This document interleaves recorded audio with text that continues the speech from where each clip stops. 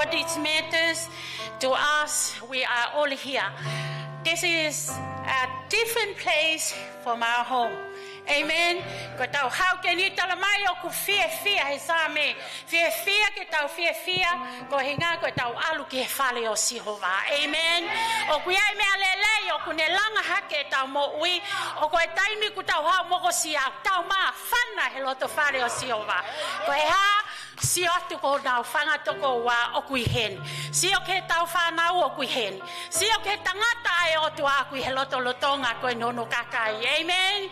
He lives and he lives in us. Ko ko whawhetai ko ate tali lelei fia te kimoutolu e fiafi koe ni tau pasi lelei. Amen. Whawhetai ki he eiki. Atu e honga ia tau tali lelei e tau Faifekau e tau sipi o lotu whare o whare tamai pea mohono hoa soana whawhetai ke eki ka pehe foki e tau Faifekau Pitasoni pea monia o una foki ate wike ka hau pea ata tali lelei ki he te koni e Faifekau ka ana pea ki a Mosese pea mo ana siale ka toa ki tau tolu. Amen. Whanau tau tolu ai otuana ni ui koe ha'aho peheni, ui ha'aho peheni. Don't worry about what people say about you. It is what God calls you to stand up and rise up in a time, this generation. Ko aloe ko ngake toi koviange. Tau whawhetai mo whamalo. O kui kai ke kovie aho, o kai ke iaie otua. He is still working. Amen. The same from generation to generation. Amen. Ono lau mali e. Koe whawhetai. Koe tau heni koe ki whaloto lahi pe kia tik tau tolu. Koe ngā koe taiwhi. For no many times and everywhere they just encourage about giving. But it's not only the giving or paanga, but your time and your talents. Mai mea katoa ku ke mau o ku aveia ki he otua. Amen. Awana ke pehe whakahauhawa i koe ho giving. Ko giving is your surrender, your offerings. Ki he otua. Ka ko hete ka whiwhine he kai ke ave koe ho ave taif ke pule anga e otua. Kako hatangata o ku mana wahe ki a Sihova. Watangata o ku separated their life from the world. Me he mo oia mamani. Ko tua ne uhu peo lea ki hoku o whiwhine. Ko whare o Sihova o kai ko whare o tangata. Ka tasio ka mea ku holo. Reach out. Ki ai. Tanaki ki ai. It's not about us. Don't take our time and value ourselves and we think we are so important. Because otua is important in our life. He ka pau e kai ke iae otua. He kai ia ha mea honi ma ke whaki. He kai ke iae ko inga ko holoto koe ma o pe holoto. Mau taimi hato e mea. We need to come to God's presence with a humble heart. Amen. Humble heart. Fea for funny. Melino, siasia e otua. Hai lau Maria e otua is still working until today. Lea ko foha. Toi lea pe mo kuki o whiwhine.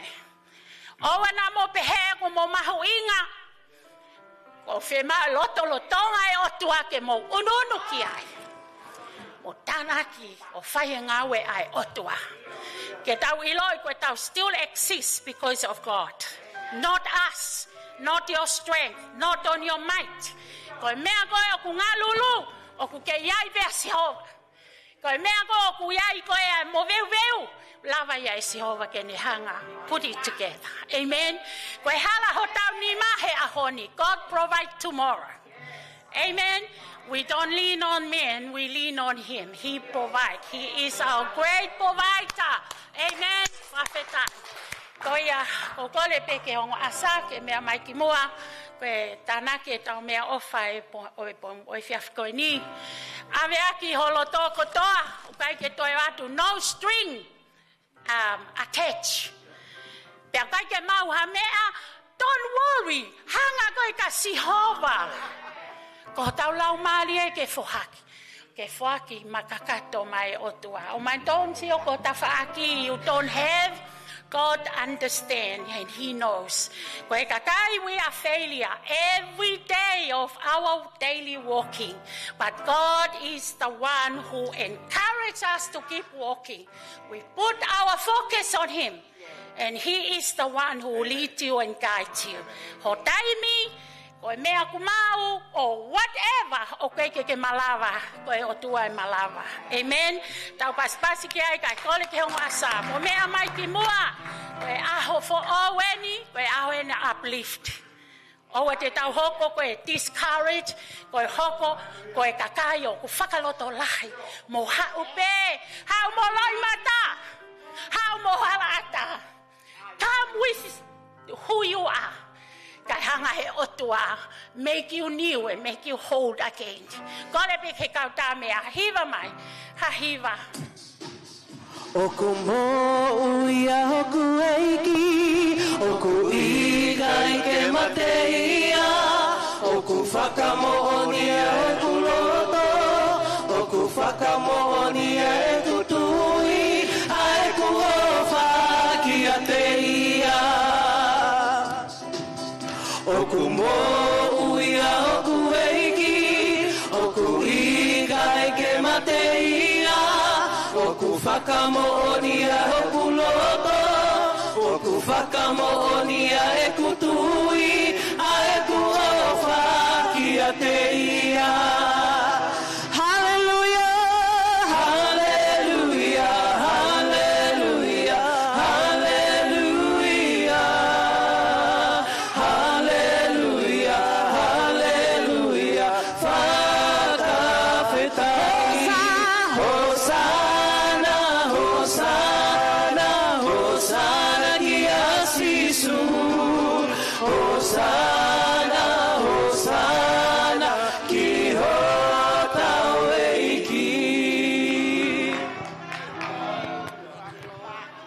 Ho maumata ki he awhiona ki ho fofonga ko koe o kui he mo ngā kui ai ho mauiwi mo mau malohi ko koe o ke malawa ke hiki hake e loto ku vai vai o ke holoholo i e loi mata ku tō o awe ke mea o kui kai ke ai ho mauni mā ku whakai ai awhiona no longer e o tua we bondage to the loa ka koe o tua e ke lesi koe o tua e whakafo au mau loto e ki ko kina tolu na foaki aki o nau loto kotoa ko koe au ke whakaai ko ke langa hake o tua koe mea te pū ke mau ilo ku ke whale ia te ki mau tolu ia te pare moni ia Fiona i loto ia te ki mau tolu ma whawhetai tuk pe ke langi ia pe ia Fiona he koe koula mo sili wako e mea au mo ngahi mata koloa koe mea au e o tua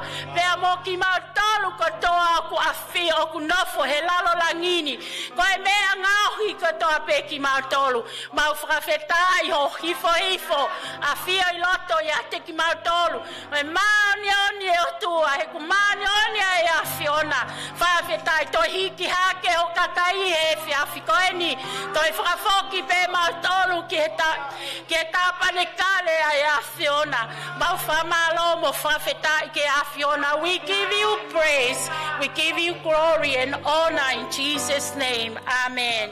Malo. Kole ke mo me hake o lunga.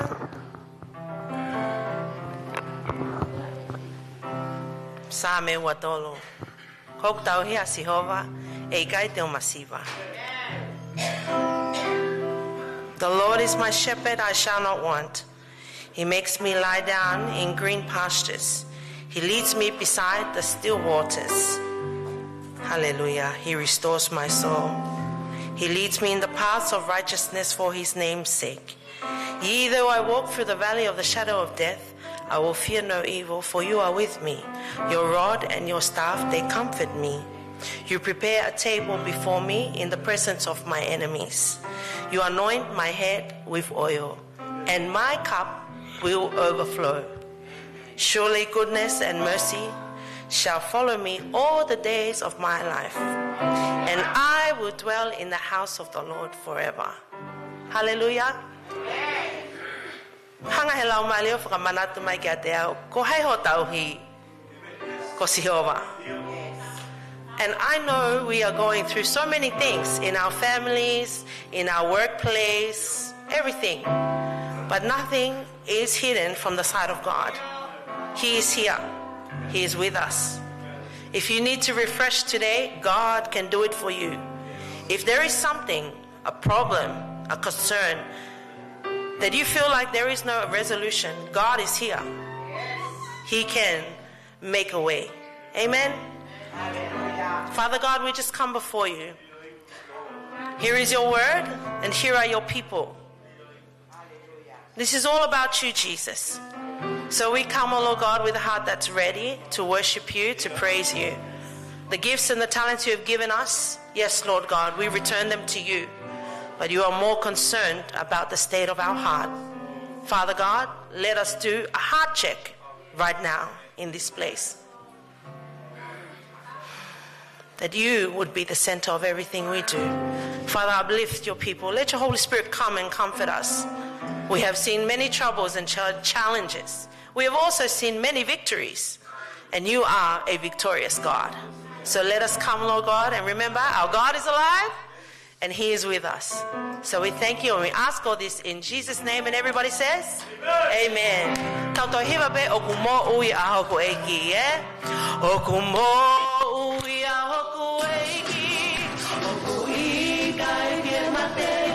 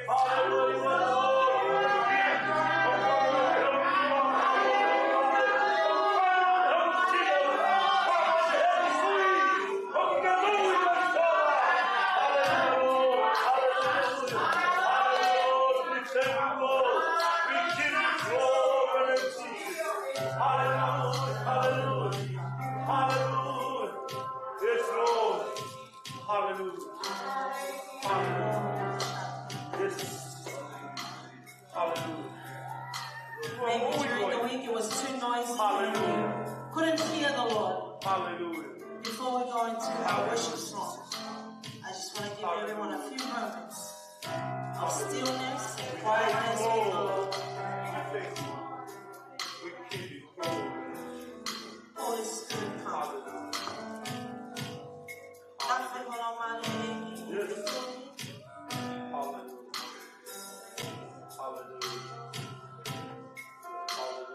Let your will be done, Lord God.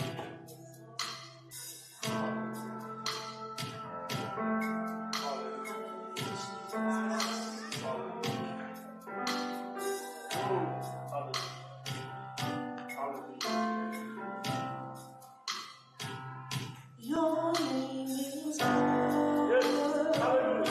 Your name is healing. Your name is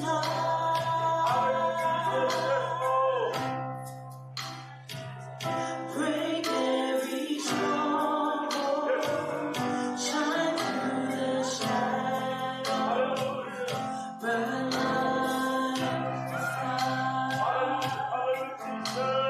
Let's sing that again, church. Your name is God. Your name is healing. Your name is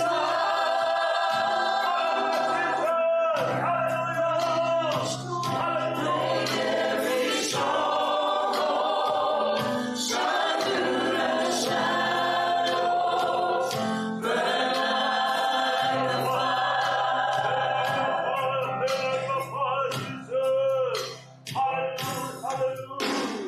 I just want to speak the name of Jesus over every heart and every mind. 'Cause I know there is peace within your presence. I speak Jesus.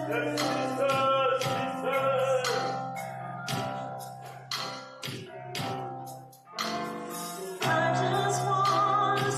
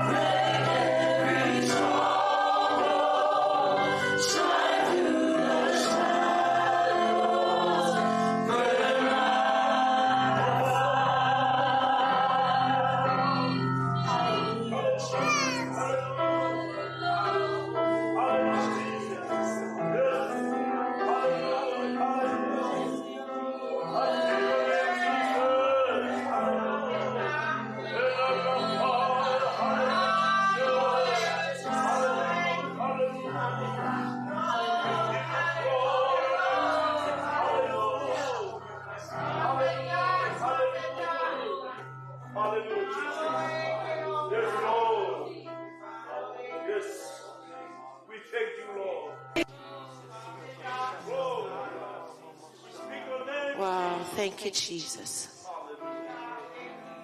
You are my family. Hallelujah, Jesus. Thank you. Lolo tonga e tau humo e tau whawhetai. O hanga he lau mali o whaka asimai kia te awe ata ku tau teke pou ao. E tau hanga humo whawhetai ke eiki.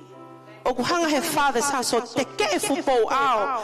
O ku kai peke whetu ku hanga e me he tau ki whetu uni. Pea ko lea he wafa sisu kala isi. Ka pusi e lau mali e uli. Lau mali o e whakapo uli. Lau mali o e whakamamahe vahe. Division, I speak against it in Jesus' name.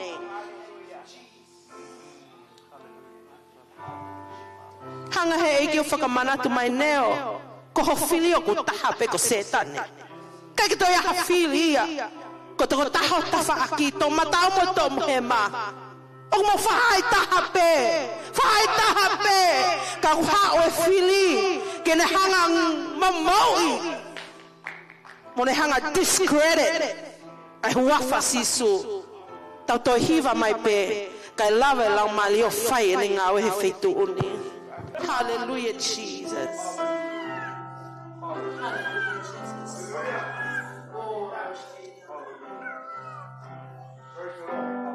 I just want to speak the name of Jesus. Hallelujah. Let's sing together, church. Over every heart and every mind. 'Cause I know there is peace within your presence.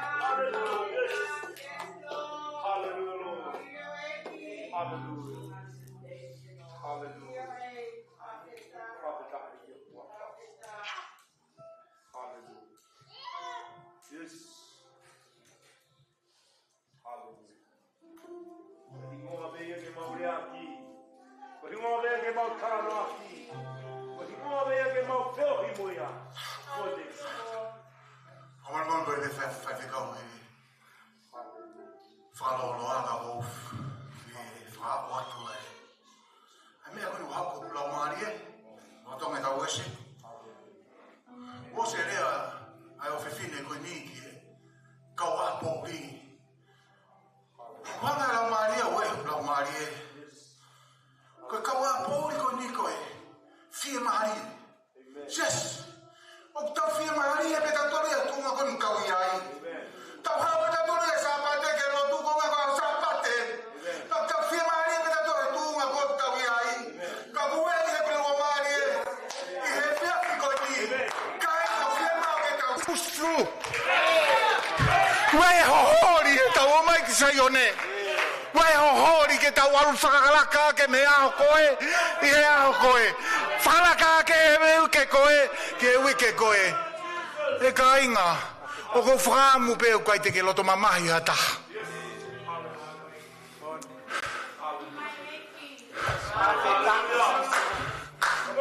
e ko kuongoa klau maari e ke au ke nofo ko e fie maari o ko i tau fei au pe ku ke fie maari e ai pe ko e ia ai ka inga lotu o koe e lau maari e au whamore more pe Faifekau ke ure atu ki moutolu ka inga lotu tuku mua ke ai hohori mo tutui ia e whakakaukau o tau ata mai ko sapate ko alu ki e worship pia koe tau tō mau e whainga maari e mou i ke tau worship o tau otua whakakaukau ke he mea nane whai ki a te koe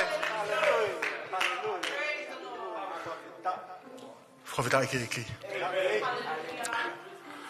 amana ki tau hoko atu ki e te pire o moe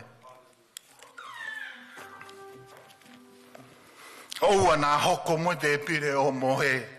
Koe mea o tauanga ki ai he mahina ko tō ape. Please do not allow the table of sacrament to just be a routine. Ka koe te pire o mahu inga. It is a table of significance. Ta wau sia e Rocky. Weekend mahina ko tō ape. Reach the first day Tau of every whai koe month. whakamanatu. And we do this in remembrance. Lolo tonga peho mo mea whilalo. And whilst you take your seats, Ko loto peke u vai te ki wholofola sina e tuku fuoloha e o tua loto. I want to share this portion of scripture that God has placed in my heart for a while now. Ki mua patau toki mau whakataha e Before sakala we partake pēni. together. Tohi a lute. In the book of Ruth, or Luke, sorry. Ma whiu mo ana no kume a lute ane u. Talangi au ke whoka motua ta mai ana ke whoka whou pa talangi. Kumi mua ke takafi e pepa o ku iai perisi. Pa matoki tauto lau. Se nes, exotosi, pa toki mahino rewa ka maua koe ose wha mau pa toki hoko rewa lute. Ka koe ātunga ia. Tai tokanga he Sunday school.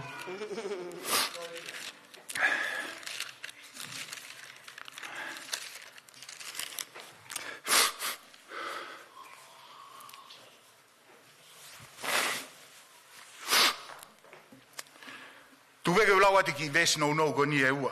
Please let me read these. Lute vahe uluak, Luke chapter 1. vesi no tahao no kun tabalu, eh? It is Ruth. Sorry. Tēnā pehe lute, Ruth. ona ki kore ke uriaki koe. Pe ke foki me he ku mui mui a te koe. Please don't ask me to leave you. Koe potu, oku ke alu ki ai You go, te tao ai. I will go. Pe ke potu, te ke mohe ai, And where you lay, te ta mohe ai. I will also. Ko kakai e hoko ko hoku Your kakai. people will be my people, Pe ko otua, ko hoku otua. and your God will be my God. Koe potu, te ke mate ai, And where you Te shall mate die, ai. I too shall die. pe te tanu i ai, And I will be buried there. ke whai pehe si hova ki a te au, The Lord pe a will lahi save hake o me, ka pau, and more also. e ai ha mea, te ta mawai ai, If anything Ka but koe death mate pe. parts you and me. pe i hene wakai o ku loto malohi pe ia, ke na o mo ia, When she saw that she was determined to go with her, na e tuku ene ke irea ki ai. She stopped speaking to her. Whawheta keki. Amen. I he mahena na i ua koe ni ku In mahiri the atu. past 2 months, Na ku nofo pe au whakaukau ke ofa e o tua. I reflected on the love of God Na whai mai ke te au. that He has bestowed upon me Te pefo ke whamiri. and also to my family. Pea na aku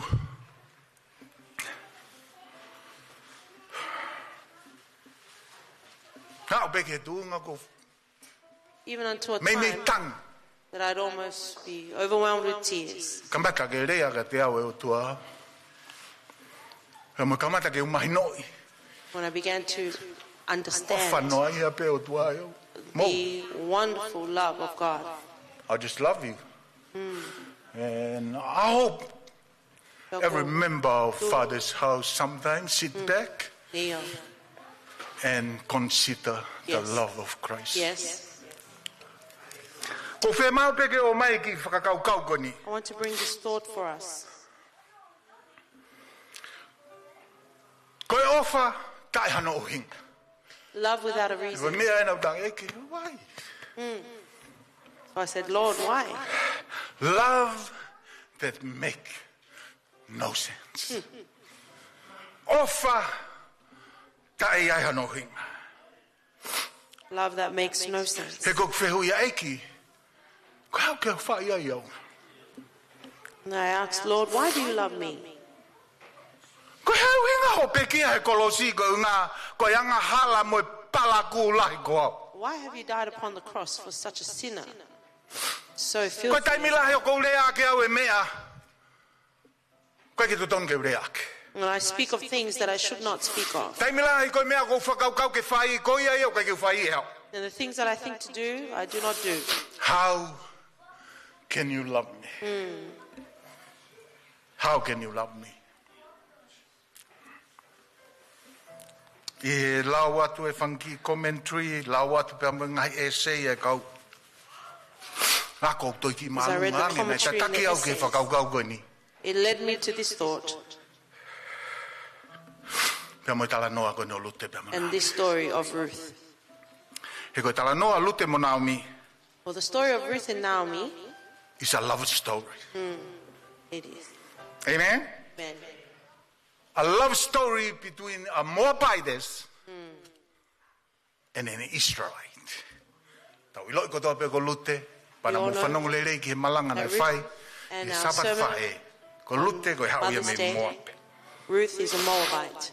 Pea nei kai ki whangufua hai o tua ia tiu te lo nome, ke aha whiohi. And in Deuteronomy, God did not allow for any fellowship of an Israelite and any. Kau kui heni ai whahinga ofa, nai ta taki au ki ai. But here is the kind of love that I was led to.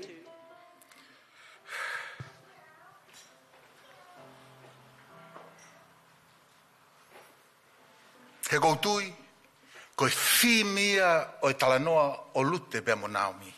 And I believe that is the theme of their story. Ko ofa o tai hano hinga. Love that makes no sense. Ofa o tai hano hinga.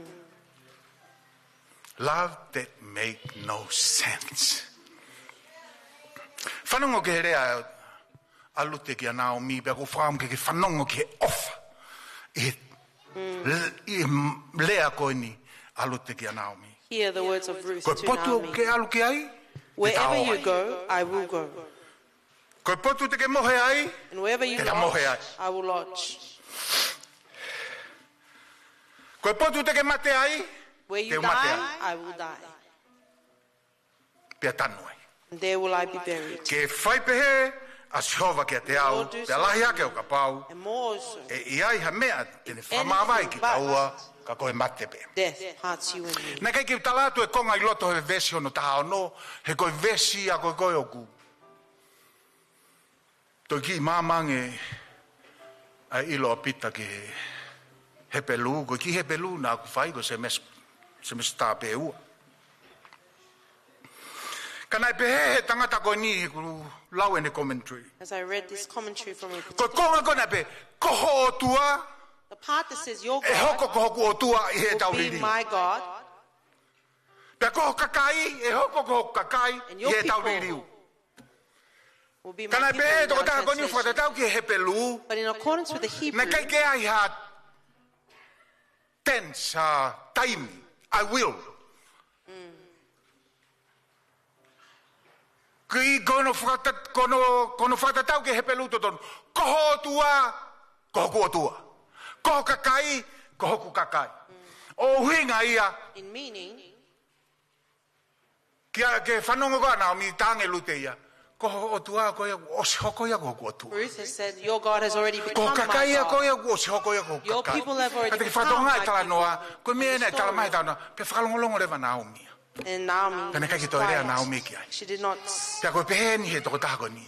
And this is what this Koe mea na commentary said. whakalongolongo Naomi. And why Naomi was Te me pe, silent. how can you love me? How can you love my God? How can you love my... Anga fefe o ofa iau, ke whae rea koni. Anga fefe o ofa i o kua tua. How could you love my God? Anga fefe o ofa ko ia hukakai. And how could you love my people? Koe mea e ka te au nei pēa nau. Ruth, your love doesn't make any sense. How ke ofa fefe iau ka ke toi lava o atu hatama. Ke mari mo ia ko whatongi ai. How could you? Te ofa fefe iau ka ke lava atu e whai atu halerei ki a te koe.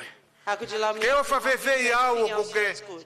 riaki o whamiri ka ke ha. You have left Ke your ofa family. fefe iau ko mua paiti koe. How could you love me? I am a Ko mua Moabite. pe koe ko Israelia.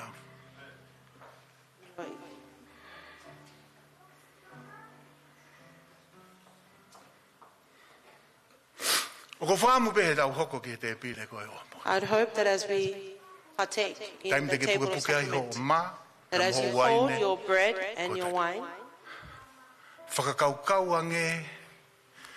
He ku whakatatau e ofa alute ke ofa e otua. for the love of O Ruth tonu ke is tau fo likened to the Father's love of God. house. We should be in awe. Tonu ke tau fo e ofa ku whai he otua. We should be in awe and wonder. It doesn't make any sense. Tala mai he wholo au tau whai anga halo ko toa pepe. We have all sinned and Tō fallen mui he alo short whai otua. of the glory of God. Tama tau hange ko whanga sipi e tau whiri pe tau tole ke tau Like alo sheep tau who hala have pe been o led tau astray, we've tau. chosen our own Why? path. He loves me. Yes. Ko whaamu ke tu mai ai. Ongo ti koni ke tu fotu fatu e tau mea. Whamore more Father's house. Koe ke ui ngau ke ai e sakalameni ti koni ke mamahe ange mea sakalameni ko whakaamu pe aku. That is my Ke tau hope. hanga mua That o we whehe will ui ke ki. question and ask the Lord. Your love doesn't make any sense. How can you love a wretched man like me? Yes. How can you love a sinner like me and you die Yes. because of me? Kore peke kau hiwa ki hiwa neo. Amazing love. Whakaukau mua ke rea koni. I'm forgiven because you were forsaken, and I'm accepted. You were condemned. I'm alive and well. Your spirit lives within me because you died and rose again.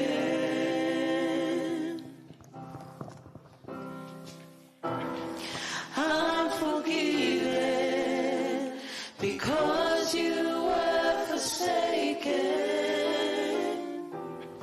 I'm accepted. You were condemned.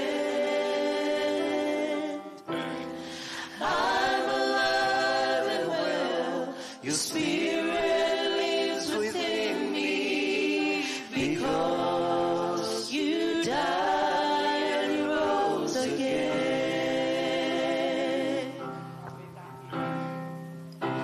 Amazing love, how can it be that you, my King, would die for me?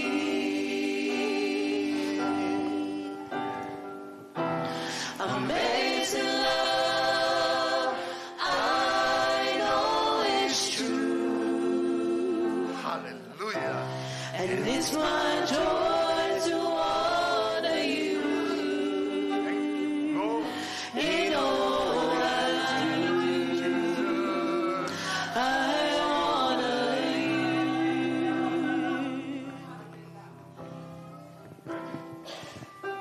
Pada mai whawhetai ka ko whawhetai o maulau maari e whia whini. Koe o whalahi e a whiona ke whahinga whaianga hala. Eiki tuku koe mautu e a honi. Mo e taipe ho sino koe ma. Koe taipe ho tata koe ua ine. Pea mau honga ia eiki ho mate i he kolosi. Koe uhi ka mau mou iai. Ai whahinga nei to tonu moheri. To tonu ke mate taingata. Ka ke toi pekia i he kolosi. O Yahweh, pe te maulawa fe ke whakataua e ofana ke whai. O mau kore atu eiki. Tūnga i e tātaa o kalaisi. Hataha, pe koe pepe. O kune mau ha maha ki whakasino. I e whia whini o mau tui whakataha. I e mau i loi ai malohi. Ho tātaa. Whamoia he wafa o sisu kalaisi. Pea mau ka mau whakataha e maa. Pea moe waine. Koe taipe o sino nai momosi. Pea mo tātaa nai lilingi. Tuku ke whakamoui ai o i kaipe ko mau sino whakamatere e. Ka moho mau lau mari e whaki. Kau mau whataha. Kau kore peke kau hiwa lolo tonga e.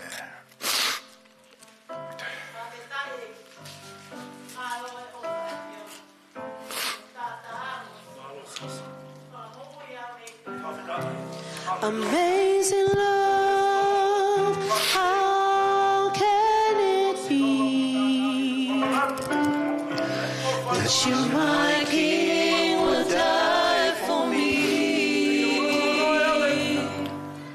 Jesus, amazing love, I know it's true, and it's my joy to honor you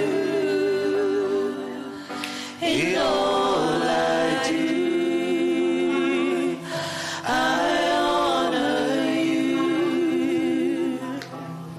Amazing love, amazing love, how can it be that you, my King, will die for me?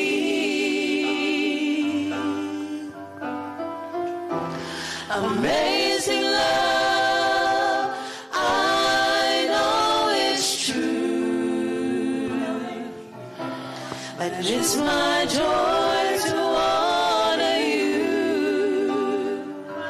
in all I do. I honor you in all I do.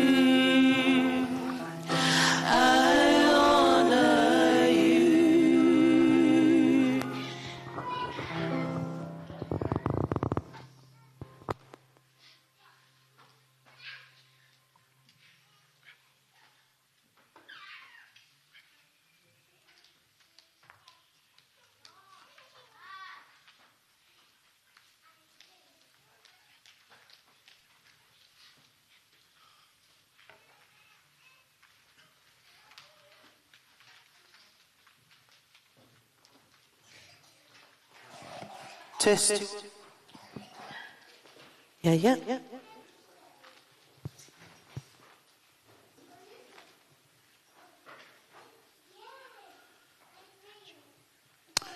Mic test 1, 2. Hallelujah.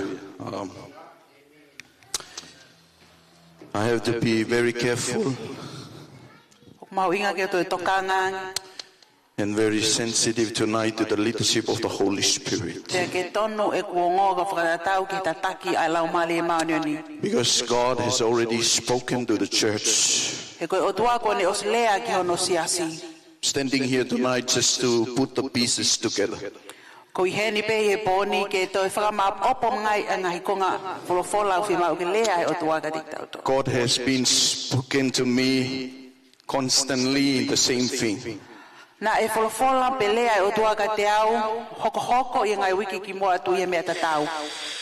Leading up to tonight, the worship, Hawai ke poni ke taimi o hou. our MC from Diola, Ko e toko tahana ni whai a lea tali tali. and also tonight we went to Epeli's church, Pea na mau I e siasi koa e peli ane fiafi. and my wife spoke there, Pea na malanga I e hoa. and I didn't tell her Na I ke u whamatala ke hoa.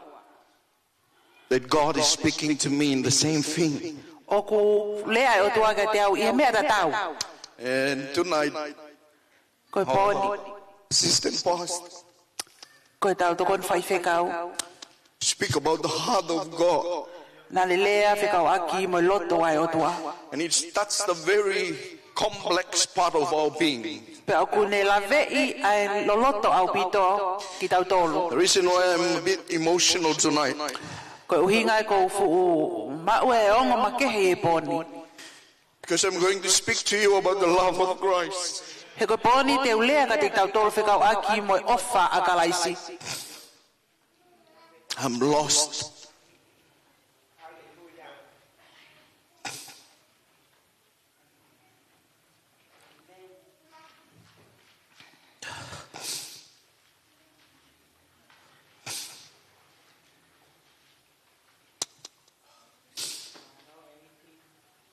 First and foremost, I would like to acknowledge the presence of God. O ko fiem to mo a tuku ai whaka apa makehe. The sweet presence of God is here. Ko loto lotonga ai o tua au And I ki hen. feel the thickness of the presence of God in Na ko this ngoi place. ai matolu pe o fulahi au pito loto lotonga ai o tua I heni. And I don't know about you tonight. Kai te ilo whekau aki mo koe. But if you're here and you participate, you feel the touch of the Holy Ghost Pau in ke your I heart. heni pati ke kau whakataha pe ke o ngoi ai ala makehe ai lau mari maanioni. Hallelujah. Hallelujah. Wherever you are, please lift up your hand Ka pau ke whitu ke ia iko le moa ke tuku a ke hiki a koni mai and ke repeat runga. after me, Father. Pa ke angi mui mai tamai. Our heart is open to you tonight. Ko mau loto ko whaava ke te ko I e poni. Come and take your rightful place. Come and take your rightful place.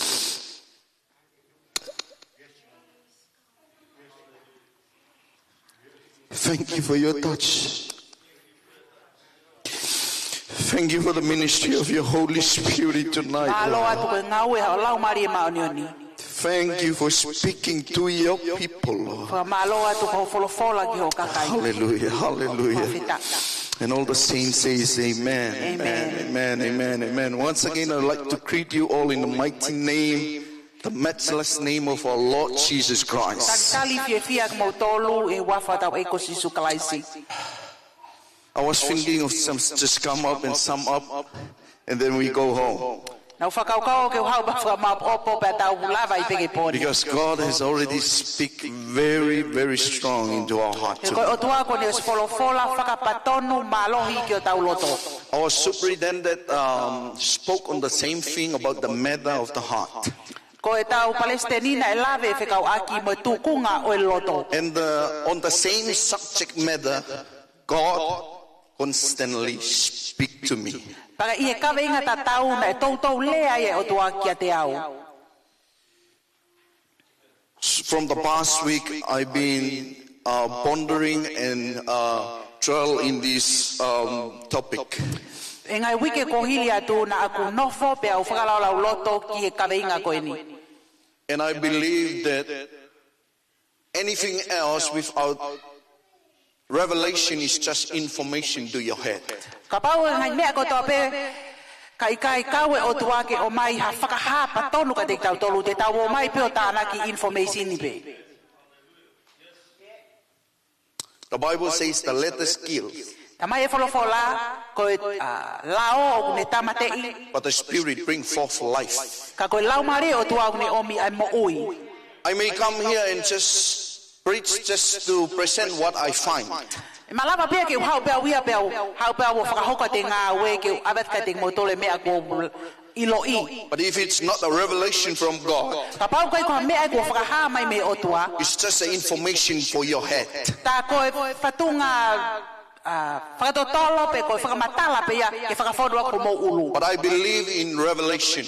Ka kou tui ke mea koe whakaha tonu mehe otua. And you know, when God speaks, He speaks so specifically. Taimi oku lea I mo whorofola e otua oku ne lea whakapatonu au pito. When God teach about the heart in the Bible, Ye taimi na oku le akoa e otua whekau aki mo tukunga loto I whorofola. over 876 times the word heart mentioned in the Bible. Ulaka e to balunge au tupu a hono whakaase fo ilea koe ni koe tukunga loto I whorofola.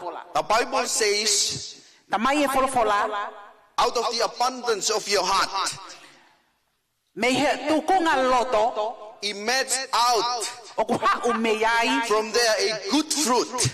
ai ngai fua oku lelei. Depend on the treasure of your heart. E mga tuunga ia I koloa oku whao I o loto. If it's a evil treasure, Ka pau koe koloa kovi it will produce evil fruits. e hau me iai e ngai fua oku kovi. But if it's a good treasure, O ka pau koe ngai koloa lelei a perfect treasure, ko ha koloa hau haoa it will produce good fruits. tene omi e ngai fua oku lelei.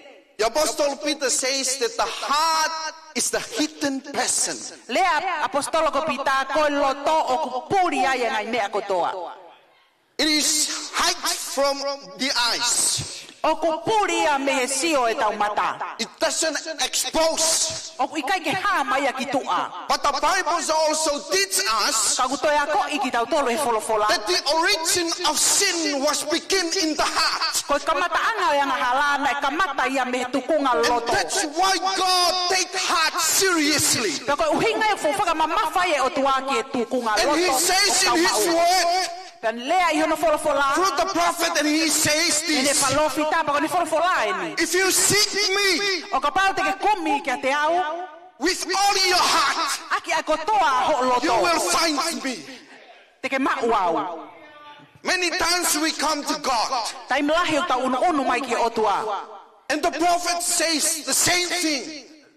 We come with our lips. Te ku lea I e palofi tau. Tai mlahi tau unu mai mo tau longutu. We draw close to Him just with our lips. Tau hau peke o tua aki o tau ngutu. But God is seeks after the heart. Ka o ko kumi mo sio ai o tua ki he loto. God is after your heart tonight. Koe o tua o kune tuli mui pe tene wakai ki ho I loto. believe that God is going to do a heart operation in His church. Ka kou tui e whae ka koe o tua ngā ue ke whakatonu tonu ho tau ngahi loto I ane siasi e poni. Praise God. Whawheta. Our general superintendent from Tonga, Ko tau Palestini whakakatoa koe a mei he tonga. spoke on Psalm 51. Na ane malanga I same ni mataha. Psalm 51 verse 7. Ni mataha ves fitu. It is the prayer of David. Koe lotu I ni a te vita. Somebody that have a broken spirit. Koe tangata na iai ai loto ma fesi. In another word, he says a contrite heart. Koe loto ma fesi. It is a sign or the total definition of humility. Kono whakakatoa ne whakamatala I ko whainga loto whakavaibai mo oni. Saying to God that I cannot do anything without you. Le pehe te vita ki o tua I kai malava ke whakahoko ang mea kai te ke kau mo au. In his heart, I he loto ko ia o te vita. he knows that he's nothing without God. Na ne mahi no I o kai ha mea malava ka pai kai kau ai o tua. So what is the purpose of the heart? Ko hai tau mua o loto. The heart circulates life. Ko loto o ha o mea I mo ui. Hallelujah. The heart is the source of life. Ko tau loto ko ia o ku makatuunga mea I mo ui. The heart is a good place Ko loto ko fitu ulele ia. and can be a dangerous place. Kai toi malava pia ke hoko ko fitu o ku matu ak whakatuta A maki. good heart in the wrong hand can be dangerous. Ko haloto lelei o kutuku ki ha'anima o ki kai lelei e whakatuta maklahi. Whoever cuts your heart owns you. Ko toko taha ne ma'u holoto o ne pule i eia koe. How about tonight? Fefe nai koe e poni. Hello? Praise God, praise God, praise God. Love like Jesus. Ofa wange ko sisu. I want you to go to your Bible with me. Turn to me to John chapter 13. I don't want to preach tonight. Sio ke tohia sione vai no taha tolu. Love like Jesus. Ofa wange ko kalaisi. John 13 verse 34 and verse 35. Sione vai no taha tolu, vesi tolu fa mo tolu nima.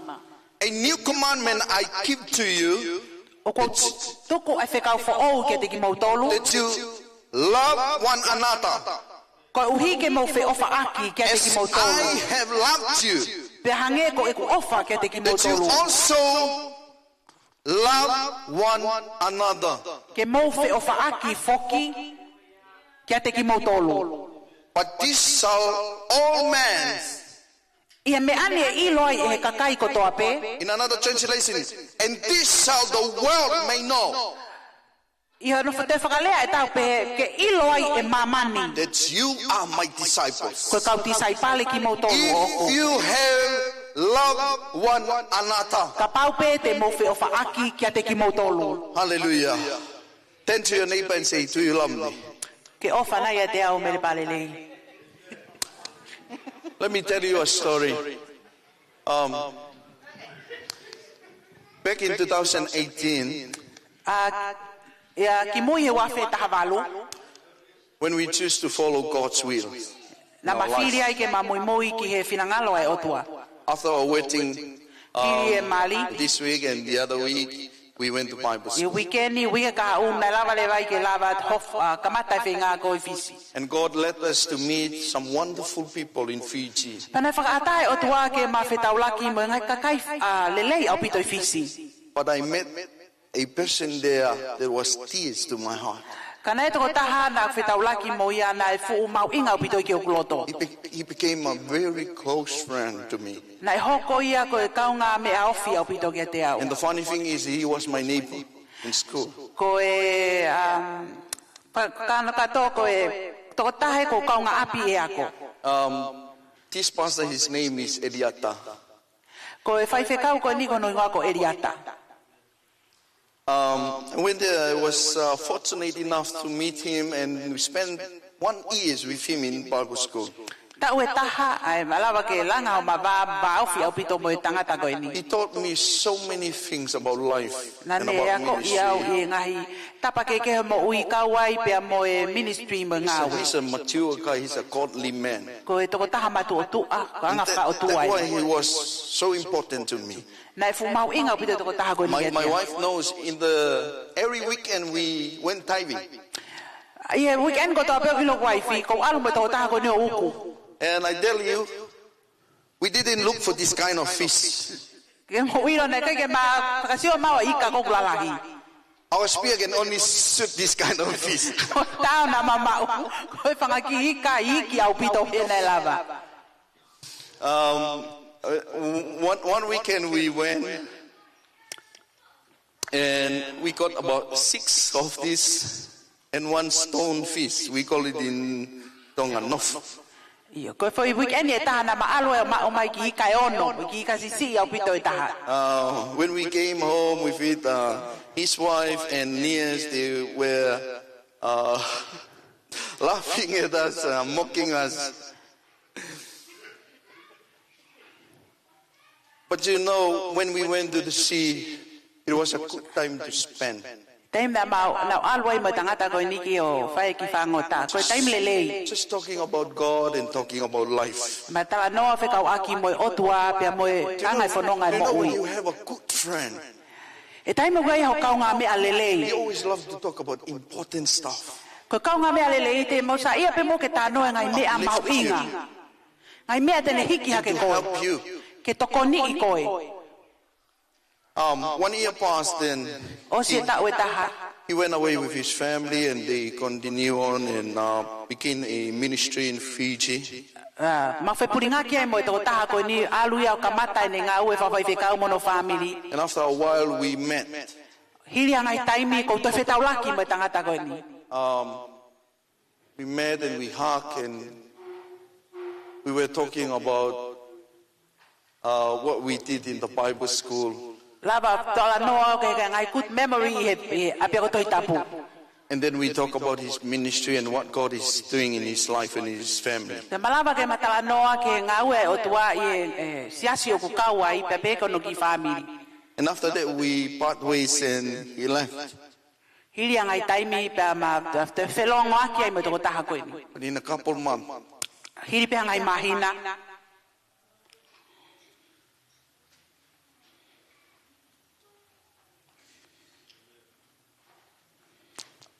I heard the sad news that he passed on to be with the Lord.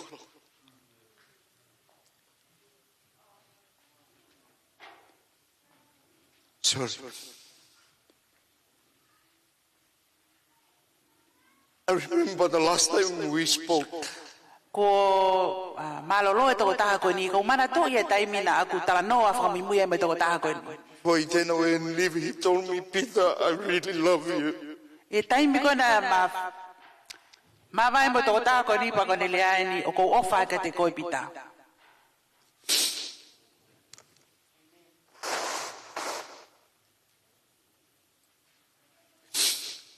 To know true love Ko e ofa mo oni go beyond culture and background. o aluia o mahulua ke e anga whakafonua pe ko e tokohiri. This is two male adult Ko e ongo tangata ni e toko ua. meeting and he said, I love you before he left. Ko ne rea whakaosieni ko ofa atu. And when I had his passing, I was weeping and I was crying and I said to myself, I should have sent him a message and say, I love you, brother. But it's too late. You know, God bring people around your life for purpose. Ke ilo ko hanga o toa o mai ngai kakai ki ho mo ui a ke Life is tau. too short for us to hate each other. Ko mo ui o ku fu no no ia ke tau. Your life is so precious to God. Ko ho mo ui o ku mau inga fau ki o toa. We have no time to waste arguing. We are brothers and sisters in Christ. O ku more taimi ke tau o mai ke tau ke ko mea mau inga ke tau ilo tau hau ko toko ua mo tunga ane I eiki. I thank God for such important experience that I had. Ko whanga malo ki o toa ko uinga ko ngahi mea ko tau pena e fau mai ai mo ui. And from that moment I learned to, when I greet somebody and when I say goodbye, I say, I love you, brother. Me taimi ko ia nei ako e mo ui ke toko taha ko whiohi mo ia ki talangi mau pe ko ofa ke te koe toko ua. 8 years away from home now. Tau ene valo e mawahe me api. Every time I speak to my mom, I say, Mom, I love you. And I love you so much.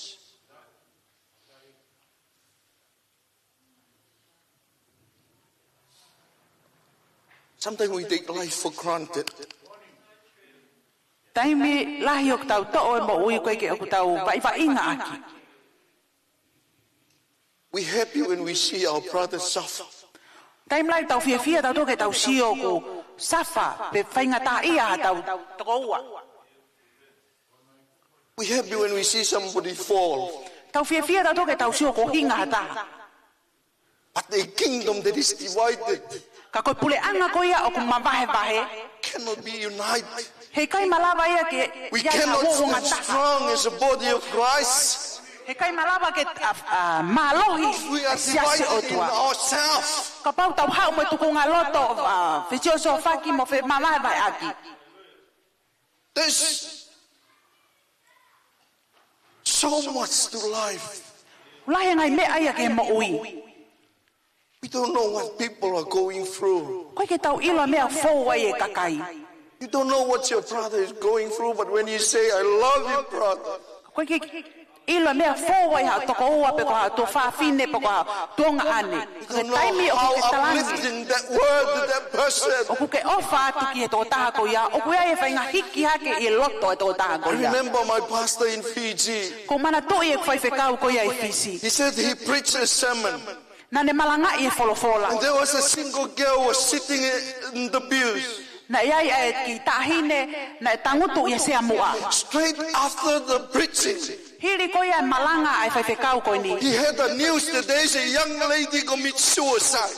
Ne whanongo wai e niusi o hau ki ai ko ki tahine ko ne o stauna ki ta. It was that person was sitting inside the Ko church. toko tahani na tangutu I loto I siasi. Because nobody come to her and say, I love you, sister. Hene kai ki hau e toko taha kene There are sometimes people seeking for hope. Time lai hau e ka kai o na komi ki amanaki lele. And we are responsible for their life. Ko ki tau tolu siasi o tau kau. You are accountable to God and to man. We are here, we work together in O unity. tau heni o tau ngau e whakataha. Hallelujah. And he said, I give you a new commandment. Ko lea na si isu ko atu ka ting mau tolu. Hawhekau fo o. A new commandment I give you. Ko e whekau fo o ko awe atu ka ting mau tolu. What makes Jesus command to love one another as a new commandment? Ko hana pehera si isu ko e whekau fo o e ni o ko wholofola ka ting mau tolu. Or why is it new? Ko hana mea o pehea o fo o. The word new here in Greek Ko whailea fo o ko ni lea whakakariki. implies freshness. Kono uhinga o ku fresh. It was not a new invented command, O ku ikai ko ha whekau ia na e osi o mai. but rather presented in a new way. Ko whekau o ku fo o mai I he whaunga fo o. New and fresh way. Ko whaunga o ku fo o. Let me take you back to the Old Testament. Tuke u awe ki tau tolu ke whakawa motua. And in Leviticus chapter 19 verse 18, I he Levitiko wahe taha hiva. Ves taha walu. it is explained there O whakamatala ai. the standard of loving other people Ai to unga ko ia e ofa ki kakai ke he. Poko to kaunga api. measured accordingly to how you love yourself. O ku whakafua ia whakatatau ke anga o ofa ki a te koe. It says, love your neighbor as yourself. O talamai ai ofa ki o kaunga api o hange ko ofa i a te koe. It is part of the Mosaic law. O tahaia I he lao ko ia Mosese. So here God told the Israelites, I heni ko wholofola ne o tua ki kakai Israeli. this is the standard. Ko e to unga eni o to tonu pako limiti o to tonu ke iai. The same way you love yourself, Ko e whaunga to tonu ho ofa ki a te koe. so are you to other people. O to tonu ia mo tau ke tatau ho ofa ki kakai ke he. The standard of love here based on self. Ko e to unga ko ia ofa e ni o ku maka to unga ia i a te koe.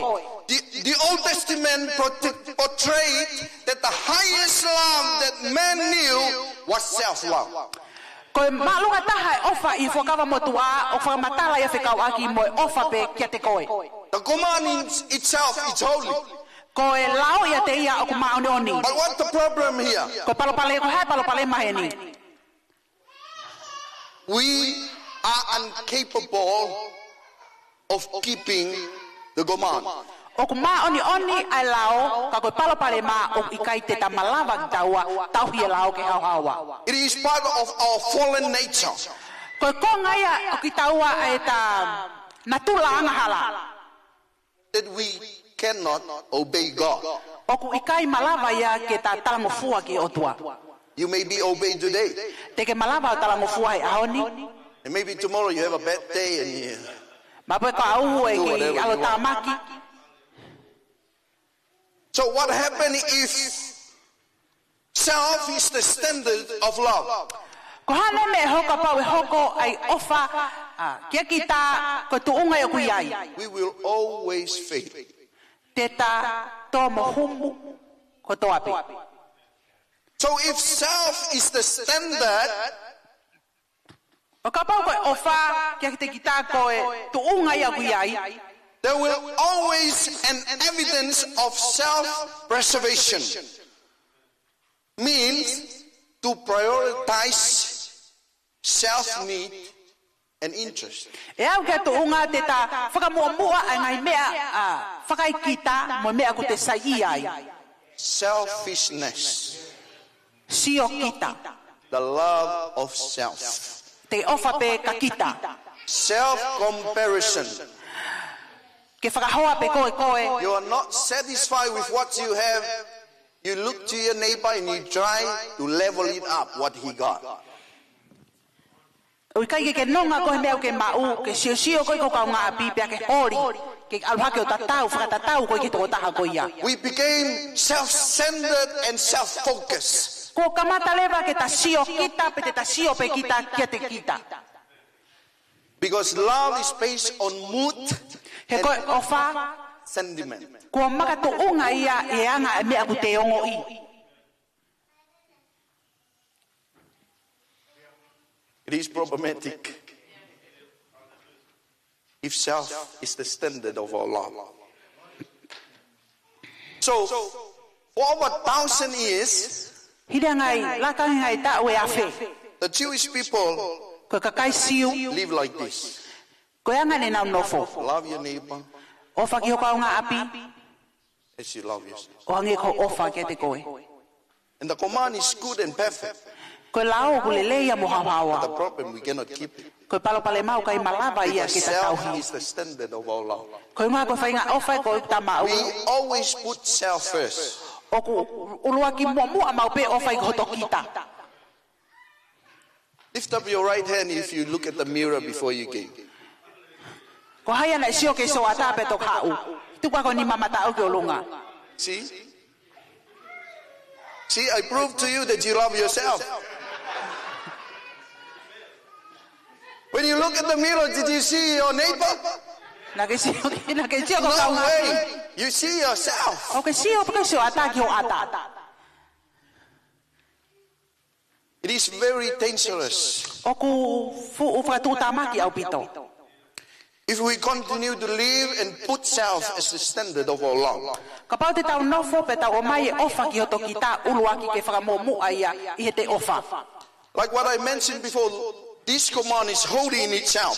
Haina o lawe kei ki mua koe, lao koe ni o ku maoni oni ia te ia. Because they supposedly to treat others with kindness, respect, and compassion.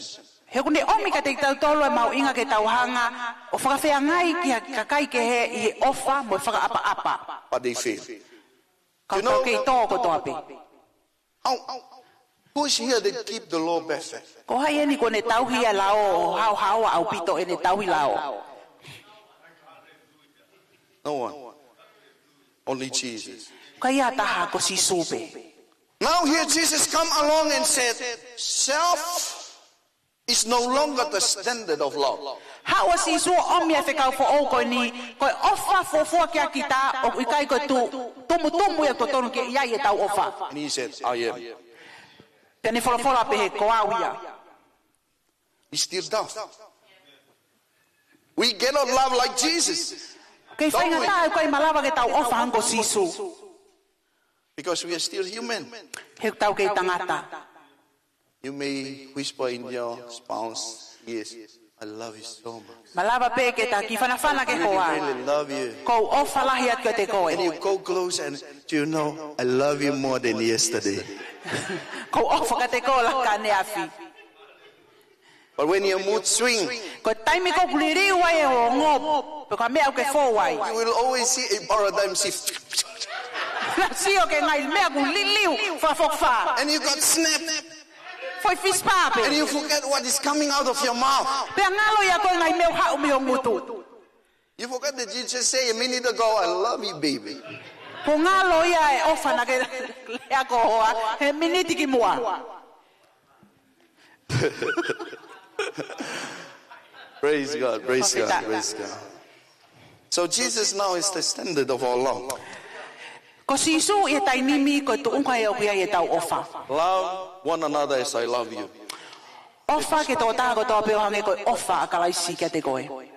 How did Jesus love us? Na awhewhe ofa si Isu kia te tau tolu. His love is unconditional. Kone ofa oku ikai tuunga e hamea. Jesus wasn't wait for you to be lovable and he loved you.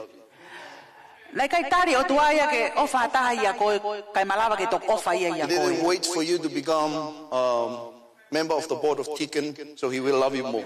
Nai kai tari a si Isu ia ke tok kau he poate ia si asi ka ne tok ofa i kola. He didn't love you because you are gifted. Nai kai ofa si Isu ia koe unga ko tuunga i hangai mea ofa. He didn't love you because you are the pastor of the church. Nai kai ofa si Isu ia ka te koe uinga koe Faifekau koe o si asi. I want you to hear me and you don't take me wrong when I quote this statement. Ko whema o ke whanongo ke te au, pa ke whanongo le rei pa o te ke tau halai, a mea kon te ulea. Jesus don't have love Ko si Isu o ku ikai ke ha ofa iai, because he is love. he ko ia ia koe Love is ofa. overflowing from himself. Koe ofa o ku tafe mai a mea si Isu. Hallelujah. The Bible says, while we were sinners, Ta mai fofola lolo tonga e tau wanga hala, in our weakest moment, i e taimi hulu anoa e tau kovi, he died for your sin. na ane pekia ko ho wanga hala. His love is sacrificial. Koe ofa ko ia, koe ofa feilau. Romans 5:8, I mentioned it. Loma ni ma While we were sinners, lolo tonga pe e tau wanga hala, he died for you. ne pekia ma ki tau tolu. What any love can match that? Ko hana toi ofa ia o ke ofa ko ia. None whatsoever. Kai toi ha ofa ia. His love is unmatchable. Ko ne ofa o kai ke ha mea whakatatau ke ai. His love is unwavering. Ko ne ofa o ku ikai ke matu unga pe toi afe. His love is eternal. Ko ene ofa o ku taingata. He says in Jeremiah chapter 31 verse 3, Sele maia tolu taha ves tolu. I have loved you O ko ofa i koe. with an everlasting love. Aki ai ofa taingata. How awesome is that when Jesus whispered to your ear Ko whalafola ina sisu. and said, I love you with an everlasting love. O ko ofa ka te koe aki ai ofa taingata. Jesus' love for us is, there's no end. Ko ofa sisu ka te tau tolu o kai hanonga taanga. There's no boundary. O ku ikai ke ha ono whakangata. Praise God. Are you agree with me or you disagree? His love for us is personal. Ko ne ofa ka te tau tolu o ku whakafo i tui. He says, I know my own and my own knows me. O ko ilo au ku kakai pe ilo i ho kakai au. He knows your struggle. O ku ne afio i He ana knows te every koa. tears that drop from your O ku ne eyes. afio i anga ilo i mata. He knows when you are about to give up. O ne ilo i e taimi o ku kamata i ke fo'i. And he knows the right time to reach out to you. Ne ilo e taimi to tonu ke ne o atu. He knows your name. O ne afio i ilo He calls you by name. O ku ne ui koe aki ho hingoa. Do you know that Jesus is interceding for you? O ke ilo ko sisu o ku ne lotua koe. In the right hand of the Father, he's there weeping for his people. Ni mata o mata o e tamai o ku ne iai o lotu ki hono kakai. His love for you is so personal, he takes it into his heart. Ko ne ofa ke te koe o pa foi tui o ku Jesus is not playing around when he loves you. O ku kai va ingai o tua e taimi o hako Because when he says he loves you, He sisu ko taimi o fa ia e ia koe. he not just loves you, but he loves you more than anyone else. O ku ne ofa ke te koe o laka ia ia toi ofa hataha ia te koe. Come on. His love is unending. Ko ne ofa o ku kiki hano ngata anga. Thank God. Malo. While assistant pastor was sharing about the love of God and I was weeping there, Taimi nei vai vahe ai e to kon Faifekau na aku tangi o tango to anga.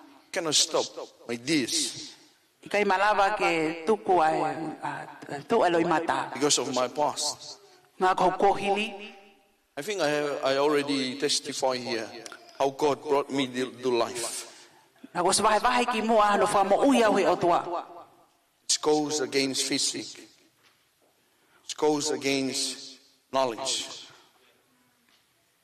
When you die and you lie there at your bed, Taimi o ko ke peki ai.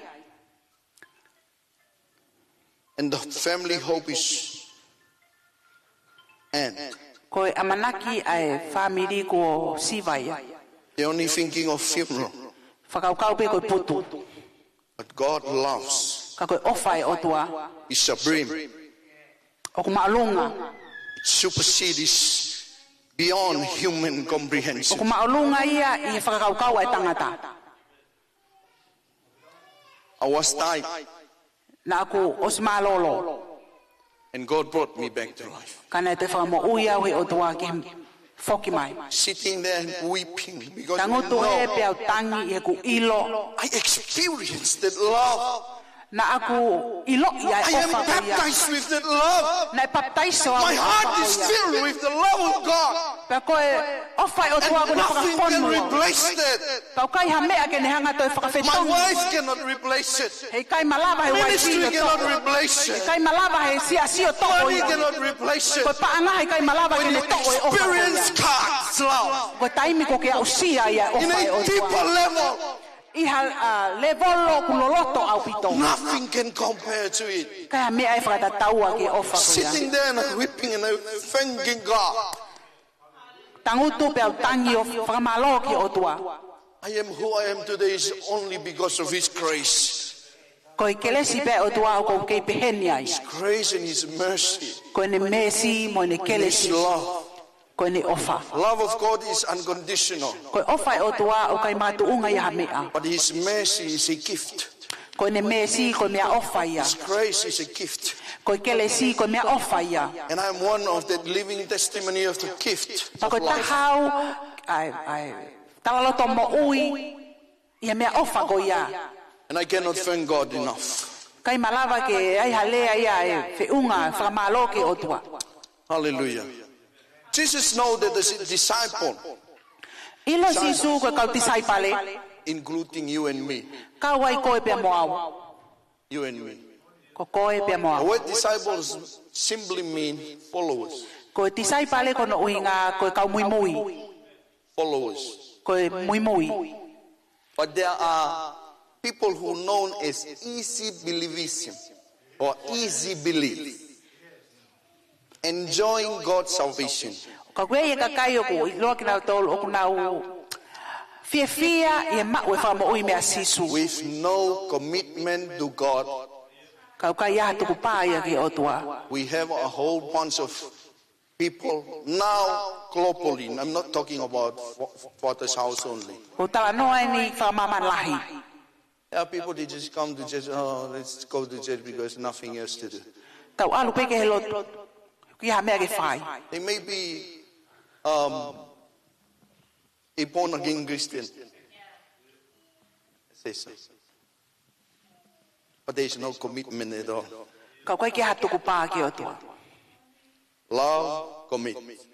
Koe o wha o kei e tuku pā. Amen? Unless and until a person have an encounter with this love, Ka ua lewa kua usia ha toko taha ai ofa ko ia. you cannot love truly. He kai malawai ke ofa mo oni.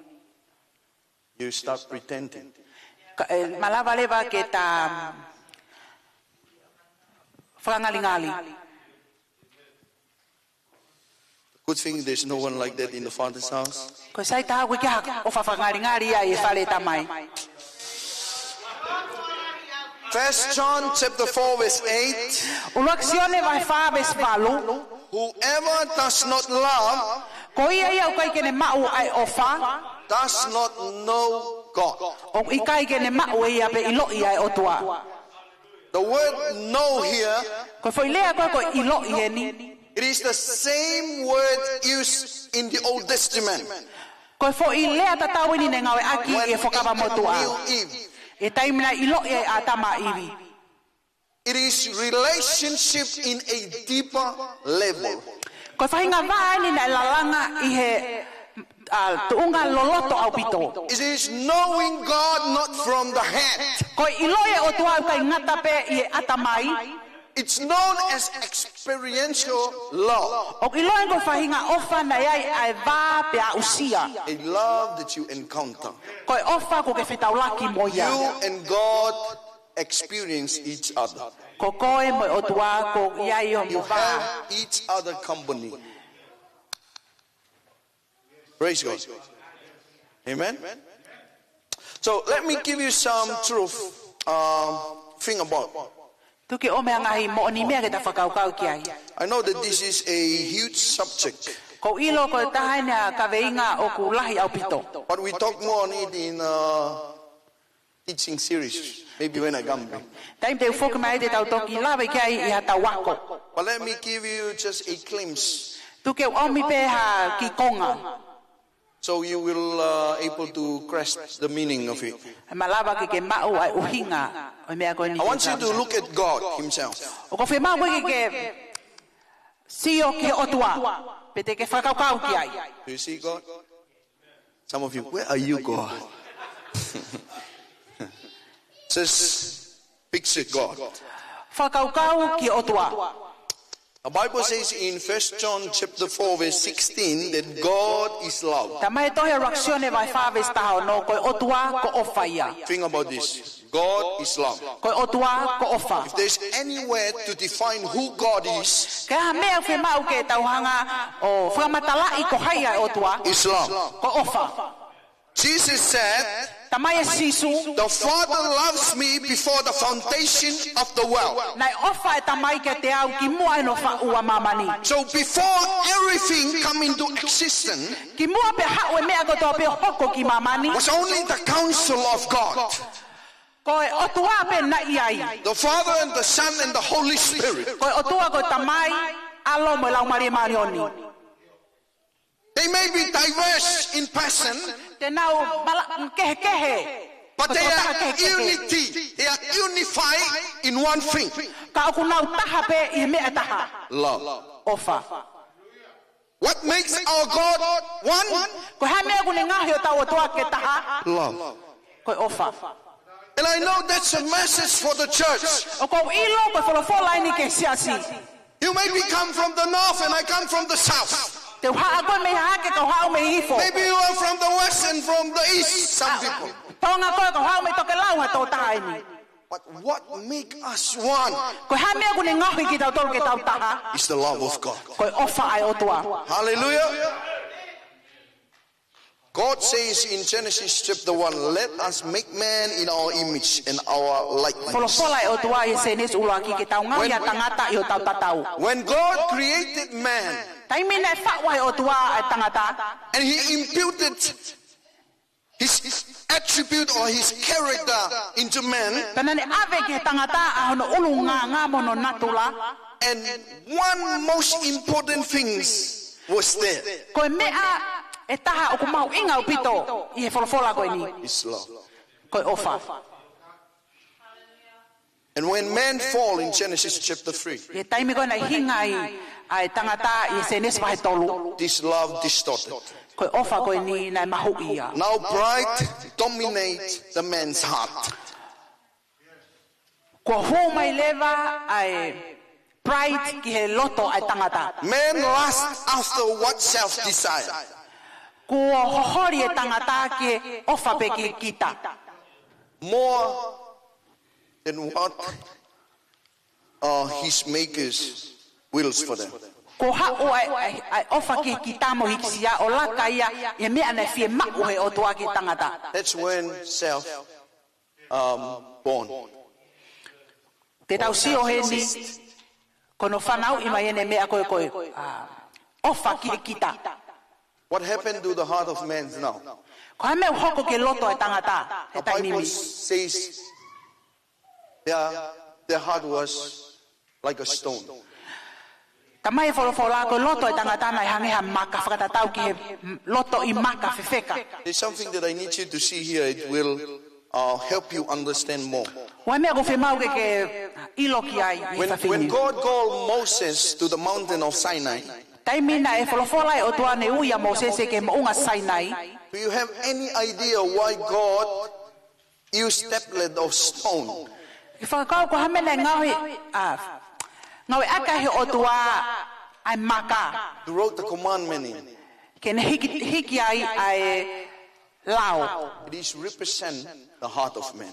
O kune hanga o whafofongai ai loto ai tangata. The stony heart. Ko loto fefeka. The heart of the people was like the stone. Ko loto e kakai he taimi ko ini ko kakai loto fefeka. But God is still after the heart. Ka koe otua na kei turi mui pe ia I loto tangata. And you know Ke ilo. what the devil is attacked nowadays? Ka mea ko hanga e te volo o hofi e ko ngā koe ni. It's the heart.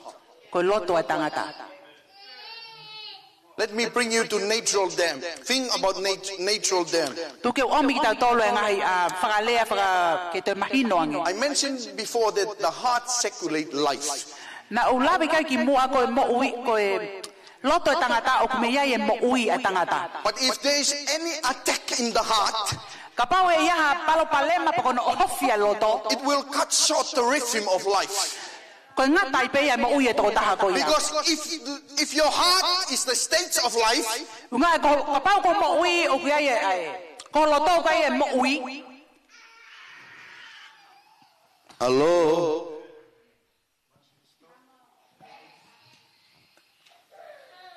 the devil attack the heart. Ko te volo ne sa ia ke ne o hofi ai tukunga loto e tangata. If there is any attack in the heart, Ka pau ia mea o ne o hofi e loto e tangata. that's why you see people, they got stroke. Sio ke kakai e ni I o kuna o pakalava. Some cannot speak clearly. Kakai ni ukai lava ke na ulea whakalelei. Some cripple. O e kakai o kuna o whangapakatapu na o polio. Because there is an attack in the heart. He ukai e mea nei o hofi I he loto poko mafu e tō tāko. The heart is very important. Ko loto poko mafu o kumau inga au pito. Now here God is, the heart of man is like a stone. Ko e loto e tangata o hangi hamaka. But let me give you a good news. Tu ke omi ka te tautoha ngongo lelei. In Ezekiel chapter 36 verse 26, Tohia iskeli vai tolu ono. God promised his people, Ko palomesi nei o tuaki. I will give you a new heart. Te atu ka te mau tolu ha loto o fo'o. And I will put a new spirit within you. Pa te tuku ha lau mali e fo'o. And I will remove the heart of stone. Pa te hanga to o ai loto fefe. And I will give you a heart of Pa flesh. te atu ai loto. Fo'o. God is still after the heart. Ko o tua o kone kei turi mui I o tau loto. Hallelujah. If you say, oh, my heart is too hot, just lay it in the altar. O mi pe ngai loto fefe ka ke orita. God says that I will give you a new heart. Ko folofola e o tua te atu ai loto fo'o. Maybe some of you thinking, oh, God will remove this heart. No. No. Think in a spiritual sense. Paul says in 2 Corinthians chapter 5 verse 17, therefore, if anyone is in Christ, he is a new creation. All has passed away. Behold, the new has come.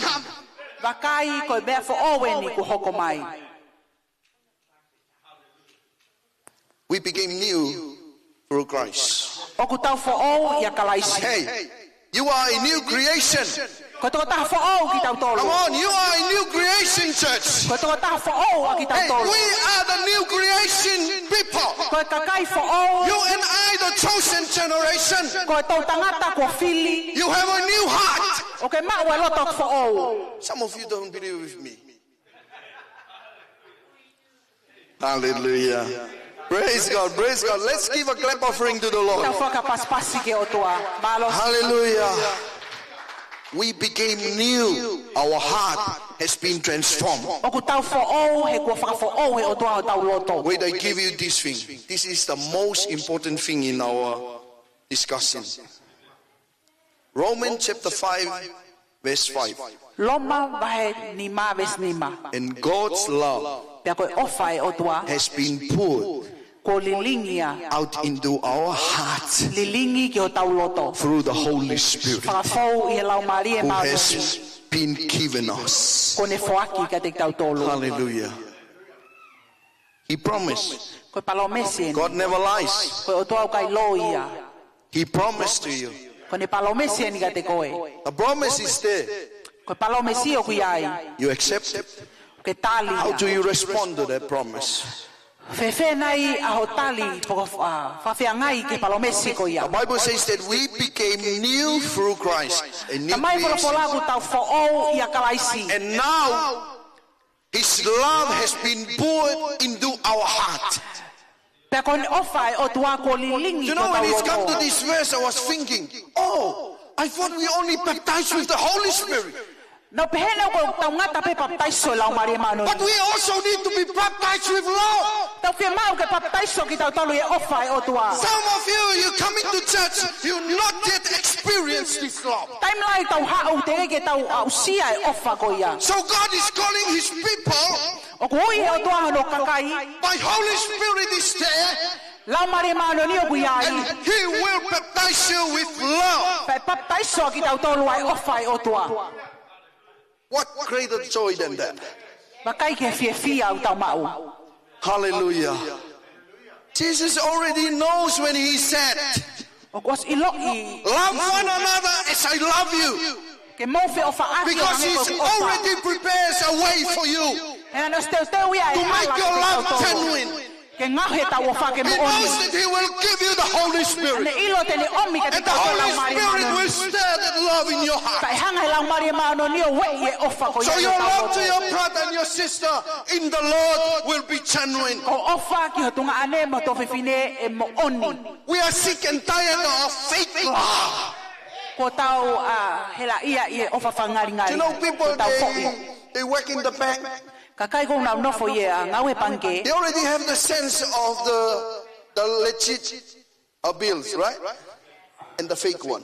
Na os ilo na tole pa anga loi mo pa anga mo Once their oni. finger touches it, he knows it.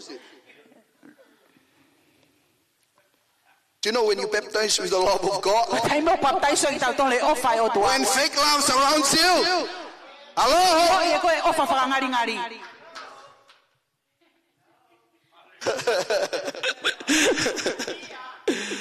Hallelujah. Praise the Lord. Jesus, renew our heart.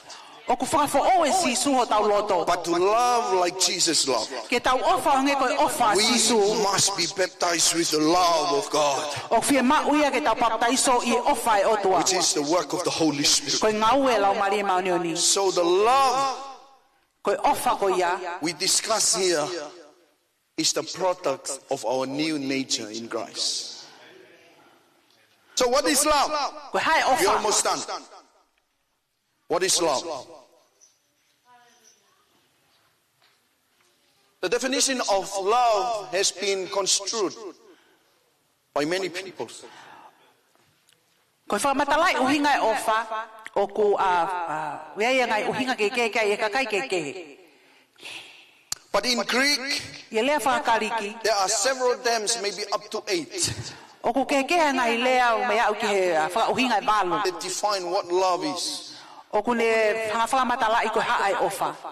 But I pick only 4 important loves that we need to talk Ka nau about. Filipe ai kalasi e wha e ofa ko whi I want you to hear me clearly. Whi mau i e whanongo lelei. The first love is known as stoke.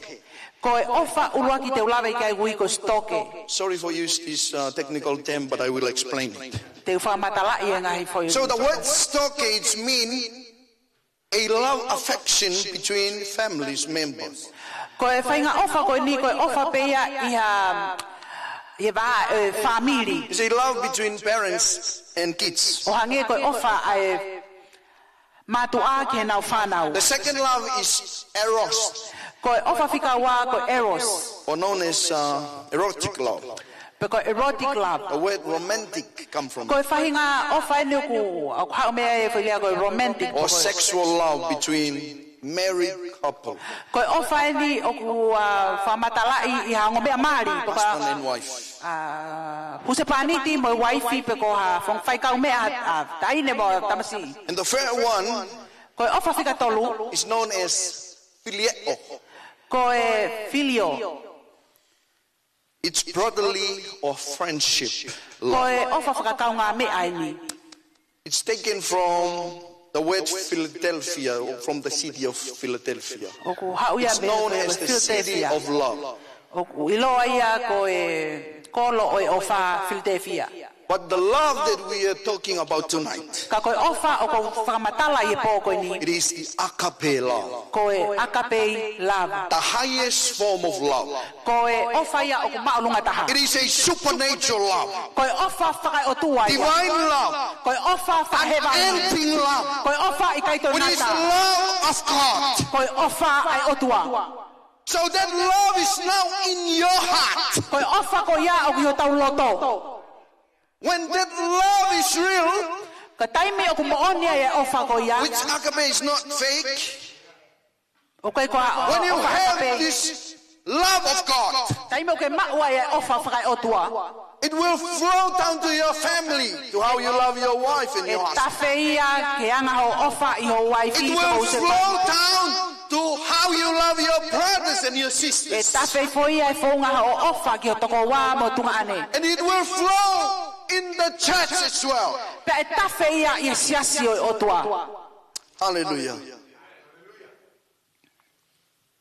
And imagine Whakaukau.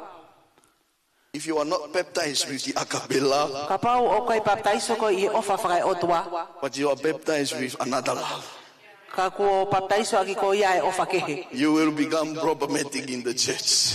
Te ke hoko koko palopalema e siasi. Hallelujah. For us to experience the true love, Ka te tau tolu ke tau ausia ai ofa mo oni. we must seek a deeper, intimate relationship with God. Ko pau ia ke iai ho tau wā whakafoi tui tui moi o The tua. Bible says God is love. Tamai wholofola ko o tua ko ofa ia. Love is exude, emerge, originate from God Ko himself. ofa o ku kamata ia pe hau me o tua. You cannot outlove God. Kai malava ki ke ofa lahi e o You tua. need to go to him every day. O fie mau ia ke alu ke o tua. You draw out from his well. O ku ke mau mai e ofa me His o river tua. of love is full and it's flow. Ko ofa me o tua o ku fonu mau pe ia pe aku tafe.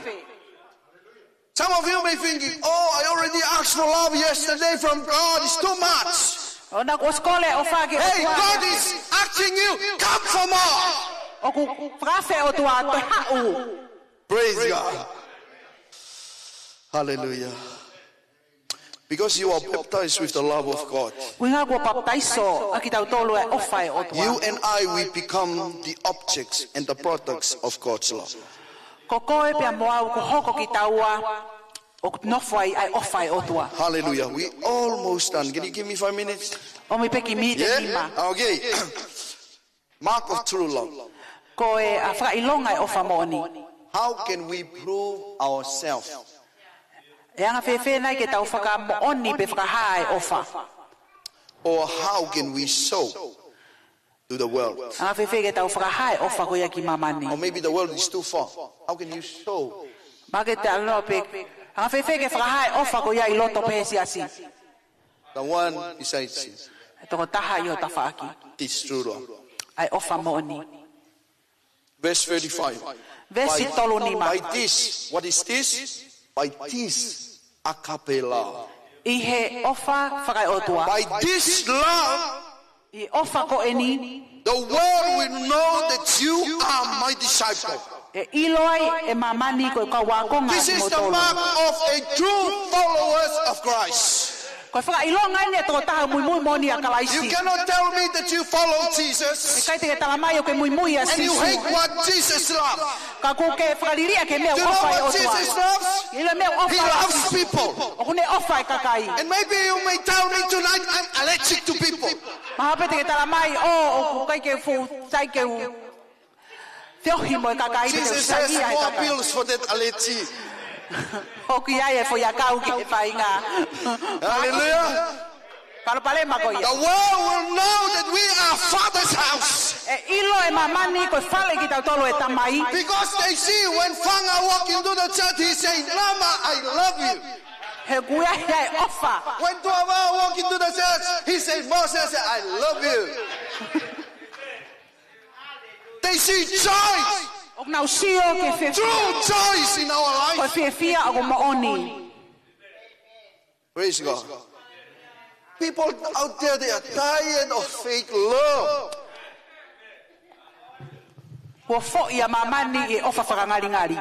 Hallelujah. How can we show them? Let me read you something, then we done for the day. 1 Corinthians chapter 13.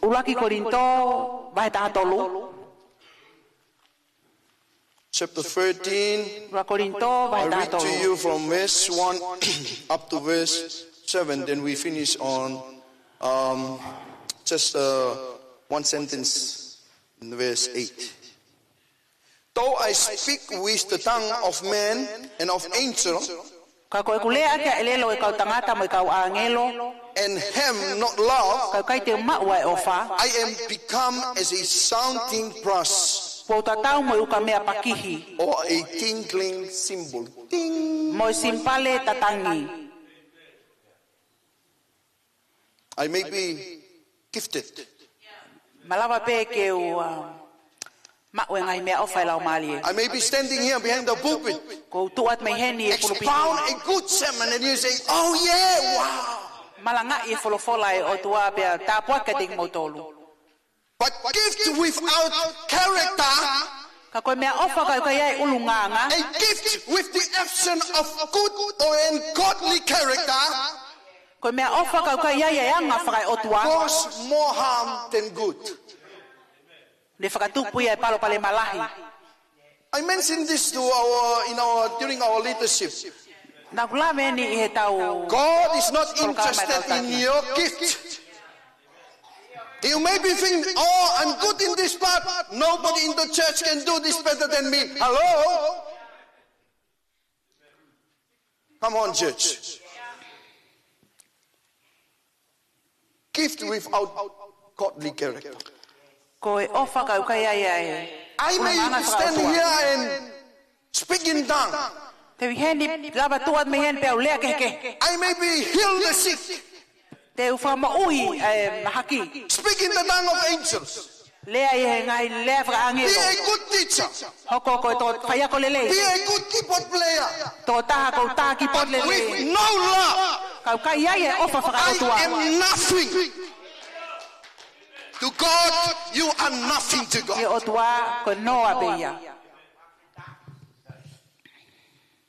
Woo! I'm done. My conclusion now. God is after the heart.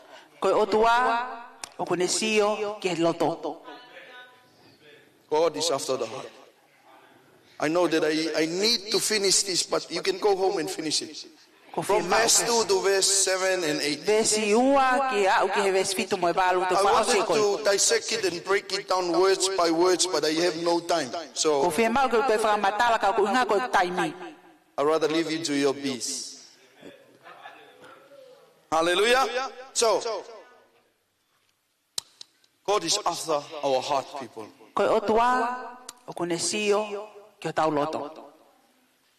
Maybe seldomly you never say to your neighbor, I love you. Maybe it's time for you to say it. He's a godly character. But before you say it, please make sure that your heart is right with me. Make sure that you love God first.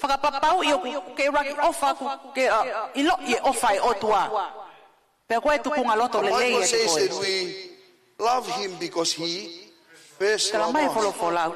It is not you who choose to love God first. For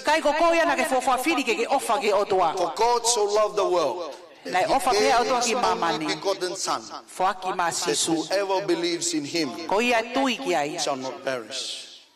Hallelujah. Let us upstanding tonight. with your eyes closed.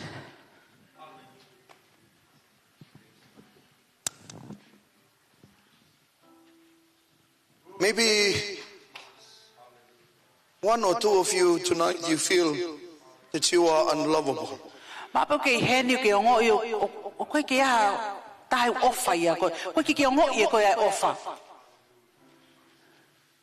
You feel that nobody else besides you to say that I love you.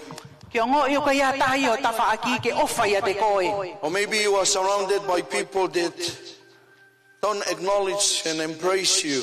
Or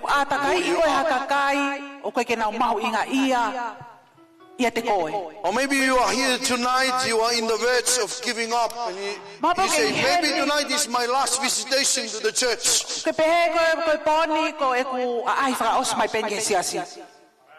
God is speaking to your heart.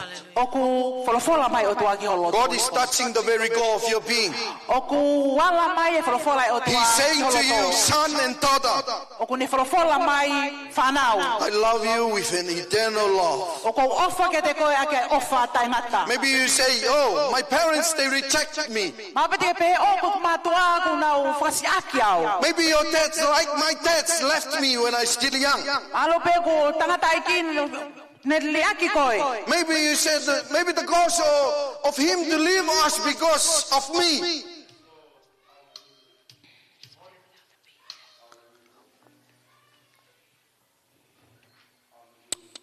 God is seeking after the heart tonight. I'm standing here with my heart satisfied, knowing that God is speaking clearly to His church. I forgot that we talk about this in our men fellowship. God is speaking very clear to the church. Maybe some of you tonight, you are here, you're seeking renewals in your life. And maybe if you are here tonight, you need deliverance. Or you are here tonight, you need to recommit yourself.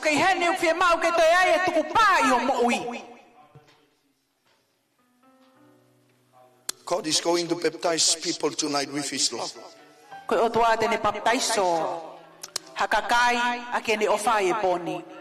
Hallelujah. Lift up your hand if you need to baptize with God's love tonight. Hallelujah. Hallelujah. Hallelujah. Hallelujah. God bless you. I see many hands are lifting up tonight. Hallelujah. Thank you, Jesus. Thank you, Jesus. Hallelujah, hallelujah, hallelujah, hallelujah, hallelujah. Call upon the name of those people that lift their hand tonight. I ask you to come forward tonight. God is going to change your life tonight. Hallelujah. Come to the altar if you raise your hand tonight. Hallelujah. Thank you, Jesus. I don't care if you're doing any job here. Please come, let's pray together. Hallelujah, hallelujah. Hallelujah, run to the altar tonight. Hallelujah. God is here and He's going to baptize you with His love. The love of God is filled this place, and I can feel the presence of God. It's thick in the atmosphere tonight. Hallelujah. Oh yeah. Hallelujah, hallelujah, hallelujah, hallelujah, hallelujah, hallelujah, hallelujah. Oh Jesus, open your mouth. Open your mouth. Confess with your mouth and believe in your heart. Hallelujah.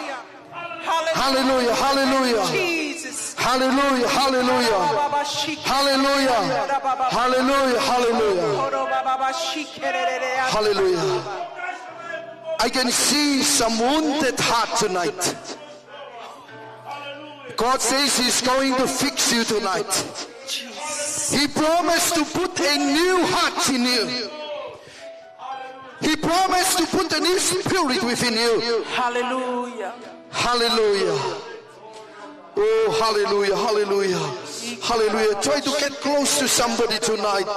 Hold somebody tonight. Hold the shoulder or hold the hands tonight. Those in the front here, you try to connect to somebody. If you come as a spouse, go to your wife or your husband. Parents, hug your children tonight. Hallelujah. Thank you, Jesus. Let us feel the love of God together in His presence tonight. Hallelujah. Hallelujah. Thank you, Hallelujah, Jesus. hallelujah, hallelujah. Hallelujah, hallelujah, hallelujah. Hallelujah, hallelujah, hallelujah. Hallelujah, hallelujah. Hallelujah. Pour your heart to God. Don't just stand there. Don't just stand there. Jesus, hallelujah. Hallelujah. Hallelujah. Ask the worship team to sing us a chorus. Hallelujah. Sing us a chorus. Oh Jesus, hallelujah, hallelujah. Oh yerebobo shatata yarabo kui. Ike yerebobo shatata yarabo. Kuyerebobo shati yarabo kui. Ike yerebo sanderere yabokoya. Oh hallelujah, hallelujah. Oh hallelujah, hallelujah. Oh I feel your love, Jesus. Oh hallelujah. Jesus. Oh, thank you, Lord. All I have within me, I give you praise. All that I adore is in you. Touch their heart tonight, Jesus. Touch their heart tonight, Jesus. Lord, I give Come on, worship God. Worship God wherever you I are. give you my soul. Worship Him with your heart. I live Hallelujah. Worship Him in spirit and in truth. every breath Glory. I take, every moment I'm awake. Hallelujah. Lord, have your Jesus, Jesus. Hallelujah. in me. This is my desire Hallelujah, Jesus. to honor you, Glory, glory.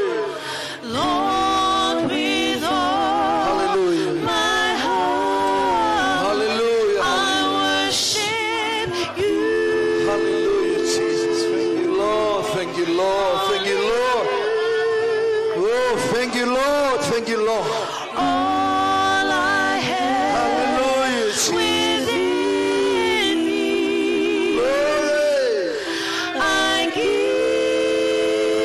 you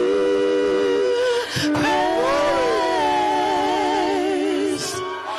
All that I adore is in you. Hallelujah, hallelujah. I give you my heart, Lord, I give you my heart. I give you my soul. I live for you alone. Every breath that I take, every moment I'm awake. Have your way, Lord, have your way in me. Hallelujah. Lord, I give you my heart. Come on, Jesus. I give you my soul. Hallelujah, hallelujah. I live for you alone. Oh, Jesus. Every breath that I take, every moment I'm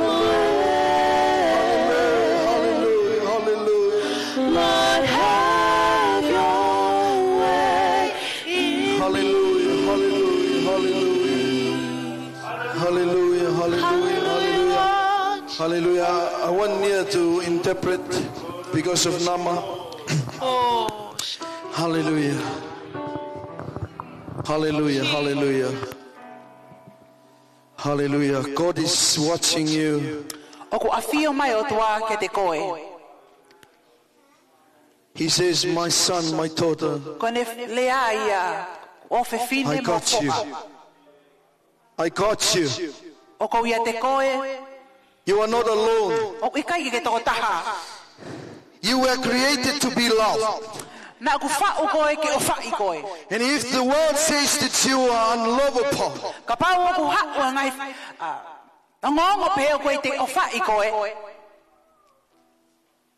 I say that you are loved tonight. God says that He loves you with all His heart.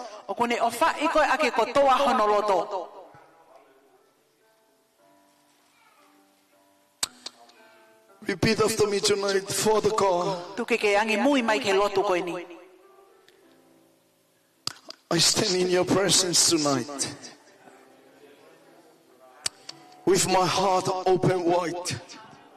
My heart of open wide. Desiring your love. Desiring your love. Admiring your love. Admiring your love. And Father, we need you to fill us with your love right now. Father, we need you to fill us with your love right now. In Jesus' name. In Jesus' name. Receive the love of God tonight, Jesus. Receive His love into your heart tonight. Come on. Come on, open your heart. Receive His love tonight. Hallelujah. Receive His love. Hallelujah. Father, we come before you. We stand in awe in your presence, Lord Jesus. We are unworthy. We are unworthy. Thank you. You love us. But you still call us son and daughter. You still open your arm and embrace us. Father, we thank you from our heart. Father, as your church today, we make a commitment to love one another. Ako mautuko page mau offer yo mautuko wa. Ako mautuko page mau offer o mautuko fefine. Ako mautuko page mau fefa aki etik mautolo.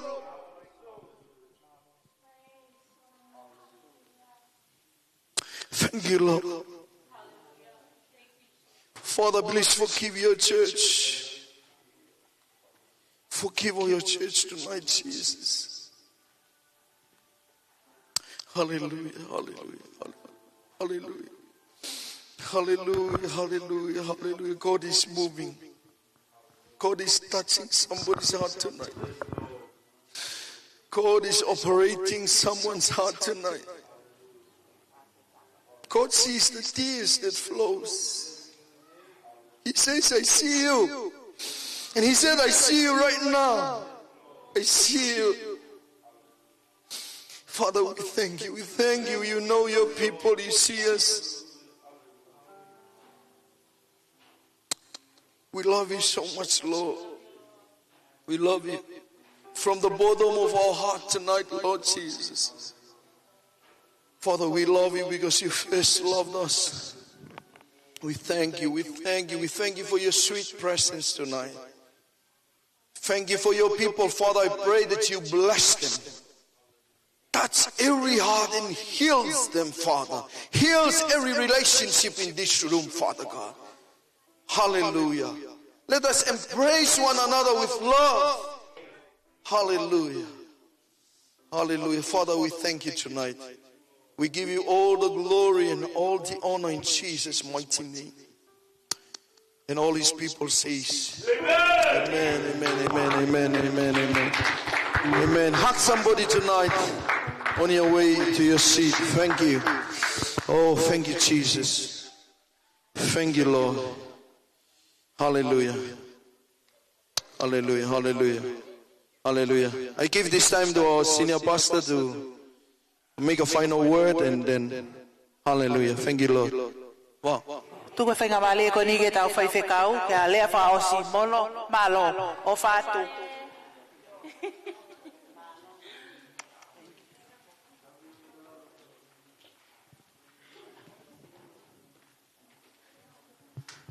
Praise the Lord. Amen and amen.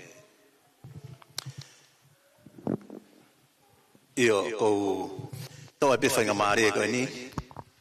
Kono inga ko e whai pe whamalo kono inga ke Pitasoni mo. So take this opportunity to give Tim halo ko e time for us pendi de tau mao whainga maare this will be the final time there with us Foki mai. before they Ko kore pe seso eiki ke tau mana tua pe ke nawa I lotu. let us please remember them in prayer. And the word that he has left with us, that we would go with it. Think about it, do something about it. We know that Jesus is coming back soon. And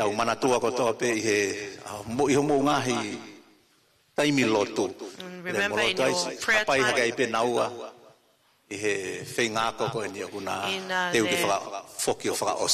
plans to return and complete their studies.